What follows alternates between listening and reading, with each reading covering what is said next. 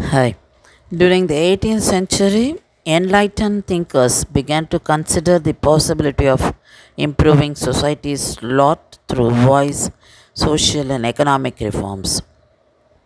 The British economist Thomas Malthus was a pessimistic voice in this optimistic era, claiming that the growth of populations doomed societies to poverty. Malthus argued that a human sex drive causes faster and faster expansion of the populace.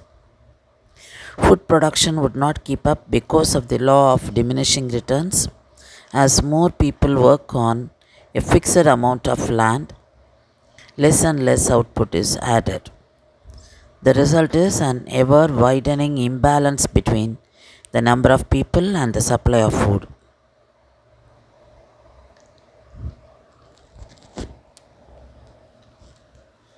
The human sex drive causes the population to grow. Growth in the food supply is unable to keep up as there is not enough food for all. Some people die from hunger. The population decreases and the food supply is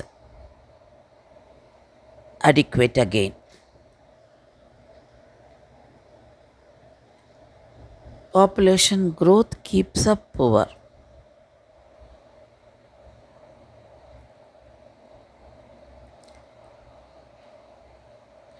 The population theory of Malthus. Malthus explained that the population grows in geometrical progression. It increases in order of 2, 4, 8, 16, and 32 and so on.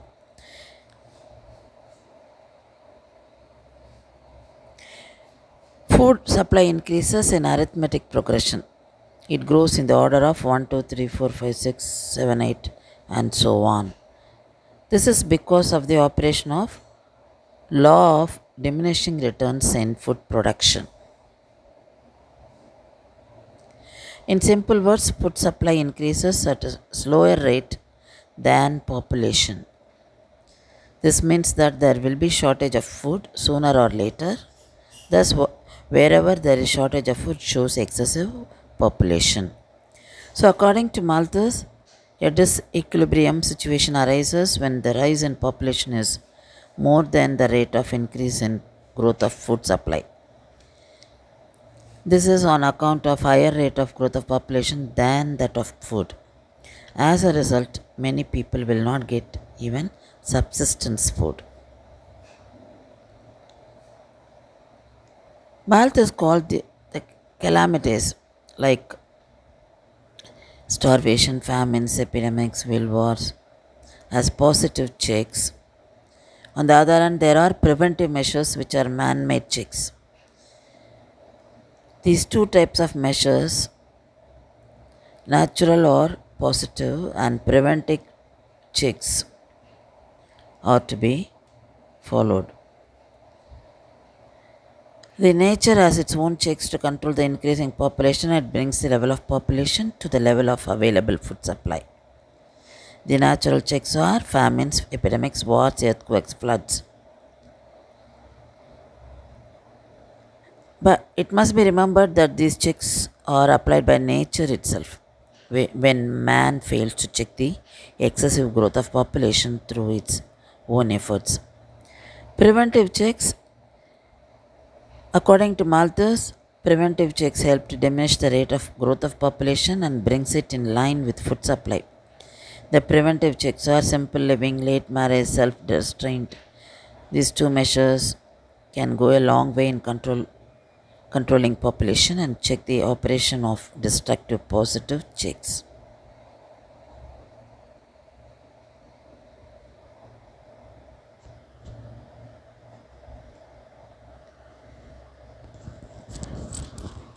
The next one we find says law of market. According to the opinion of the economist Jean Baptiste Say, Supply creates its own demand. People produce commodities and sell them to earn money. Nobody wants to hold on to money because it fails in value or it falls in value. So people swap money for the other products they want. Supply creates its own demand.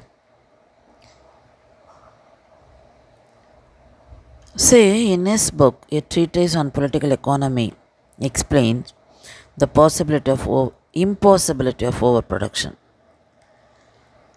Say, claim that as soon as a product is made, it creates a market for other products to the full extent of its own value.